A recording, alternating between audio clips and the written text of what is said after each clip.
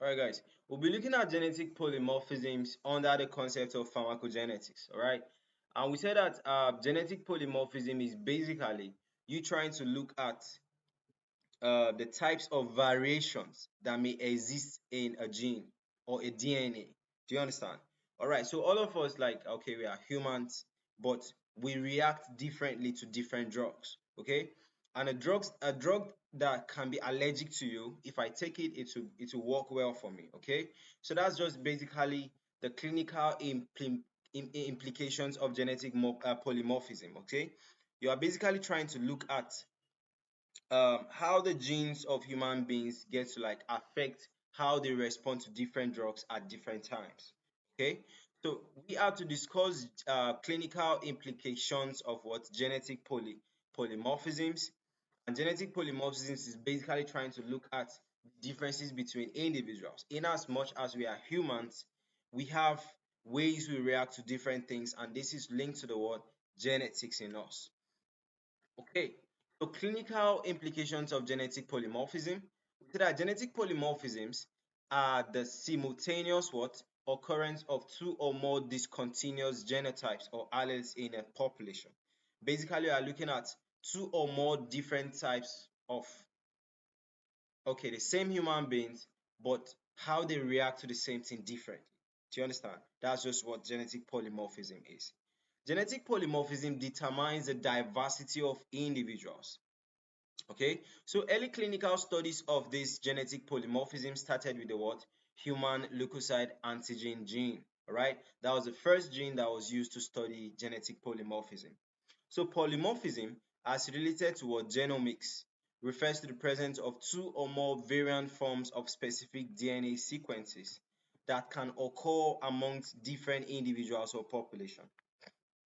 Now, the most common type of polymorphism involves variation at a single nucleotide, also known as what? Single nucleotide polymorphism, or SNP. Okay, so now we're basically looking at, you see like a DNA from one human being, let's say human being A. You take another DNA from another human being, let's say human being B. Okay, and the DNA is looking the same thing all through, except at a single point where there's an interchange in all those purines and pyrimidines. Okay, and that's the whole difference between. That DNA can never function the same way. All right, even if it's just an interchange as a single point. Okay, so that's how DNAs are. Now I brought this here to actually show you guys. You see this DNA gene, it has adenine and thymine. Okay, and coming down here, it is interchanged by what? Guanine and cytosine. All right, now just because there is an interchange at that particular point, this gene A and gene B would never function as the same way. All right, if it is found in different individuals, then these individuals will respond differently to a specific type of thing. All right, so talking about the examples of metabolizers, metabolizer phenotype. Okay, that's basically you trying to look at this genetic polymorphism as related to pharmacogenetics, trying to look at how different individuals respond to different drugs. You are looking at, we have poor to intermediate metabolizers, and we have ultra rapid metabolizers. So poor to intermediate metabolizers is basically they respond slow to drugs. Okay, so as they respond slow to drugs, prodrug will metabolize slowly. You know what is a prodrug? A prodrug is like some drugs are given in the pro form.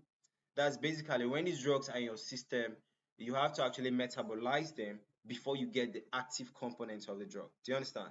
So if you give this individual a prodrug, they will metabolize it so slowly, all right, to actually get the active drug. Okay, so now since they metabolize it slowly, there'll be accumulation of the prodrug, because this prodrug needs to like ASAP needs to be metabolized, getting gotten out of the body system and all that. All right, but if it is metabolized slowly, then it will accumulate in the body.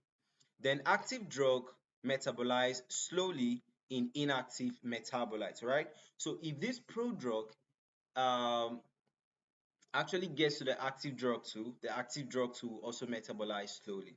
right?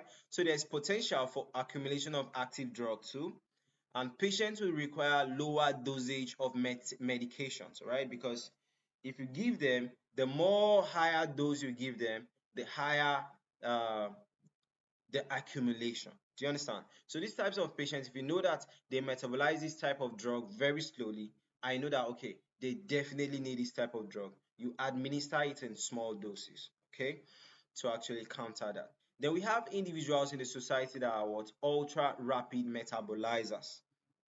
This type of individuals, if you give them prodrug, they'll rapidly metabolize the prodrug into active drugs. Okay, so there's no dosage adjustment. Now, for the slow individuals, you have to adjust the dosage so that you give them a lower dosage. Do you understand? So, for these types of individuals, there's no need for dosage adjustments.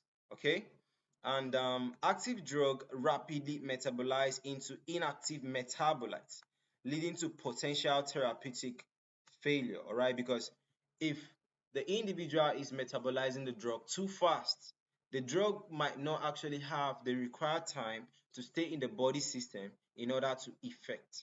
Do you understand? So ultra rapid is still a problem, okay? So you have to be intermediate to actually get it right.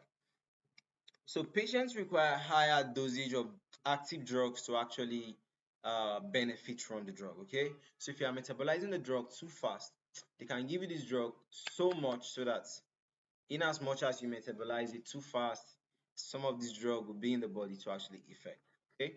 So guys, that's it. Now, this clinical implications of genetic polymorphism is just basically trying to look at how individuals take drugs, when they take drugs, how this drug is metabolized, how this drug is distributed, and the rate at which this drug is excreted from the body, right?